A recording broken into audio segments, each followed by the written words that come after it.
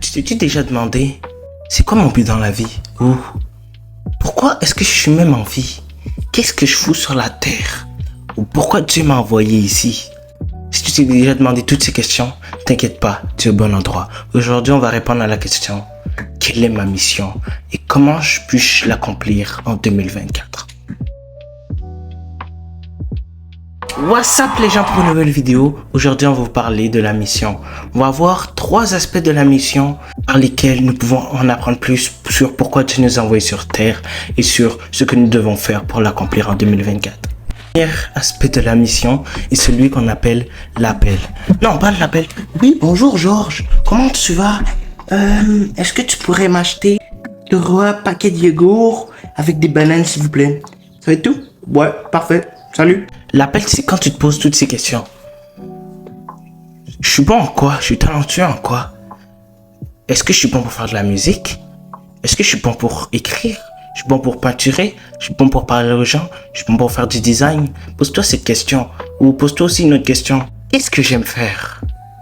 Parce que si par exemple, c'est quelque chose que tu n'aimes pas faire, c'est pas la mission de Dieu pour toi. Parce que Dieu veut que tu t'épanouisses dans ta mission pour ta vie. Laissez-moi vous raconter une petite histoire. J'ai toujours aimé être devant une caméra. Avant, c'était pour être joueur de soccer professionnel. Je m'entraînais tous les jours pour devenir joueur de soccer professionnel. Chaque jour, j'allais au terrain. Et puis après ça, je revenais après les entraînements. Je regardais des vidéos de soccer. Mais j'ai toujours voulu être devant une caméra tous les jours. De plus, moi, comment Dieu m'a montré ma mission, c'est que j'allais dans un camp chrétien. Puis Dieu m'a montré que il voulait pas que je joue au soccer, non. Mais il voulait que je fasse des vidéos pour vous enseigner, vous. Et aussi, il a réutilisé le fait que j'étais bon devant les caméras, que je voulais tout le temps être en contact avec les gens pour mettre ça dans ma mission. À toi. En plus, pour votre appel, Dieu va toujours construire sur quelque chose que vous avez déjà, un don que vous avez déjà. David, par exemple, il était un bon leader. À la base, quand il a commencé, il aidait quoi? Il était shepherd, comme on dit en anglais. Il était chef des moutons.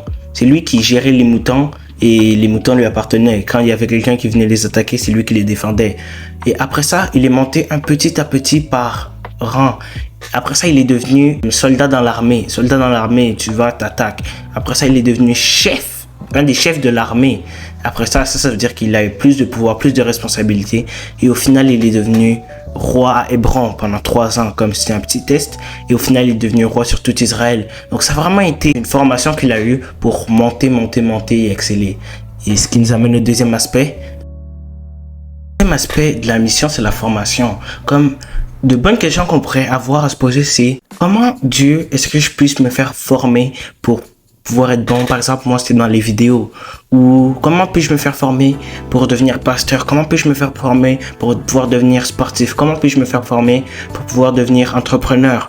Tout part d'une formation. Et la réalité dans la formation, c'est que tu vas commencer bas. Comme par exemple, prenons l'exemple de Josué. Josué était un des serviteurs de Moïse, à la base, un assistant de Moïse.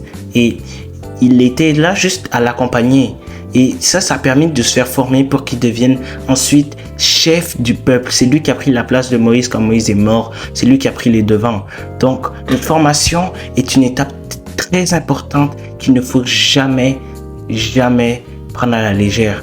Parce que la formation va dicter un peu aussi à quel point tu vas aller haut, à quel point tu vas aller loin. Si tu négliges ta formation, tu ne vas pas aller loin. Troisième aspect de la mission, c'est overcome les difficultés. Parce que des difficultés, il y en aura. Dis-toi que ta vie, c'est comme un marathon. Et que tu es rendu au 3e, 4e kilomètre. Tu ne vas pas arrêter ton marathon. Non, tu vas continuer. C'est la même chose avec la vie. Quand Dieu te donne une mission, c'est pas parce que pendant un moment, tu es fatigué. Un moment, tu as envie d'arrêter que tu dis stop, moi je ne veux plus faire ça. Non, c'est justement là que tu dois redoubler, retripler d'efforts. Parce que des difficultés, il y en aura tout le temps dans la vie. Aussi, un verset qui pourrait beaucoup vous aider à surmonter tout ça quand vous vivez des souffrances ou quand vous avez de la difficulté dans votre mission est Romains 8, verset 18. Donc maintenant, on passe au point bonus.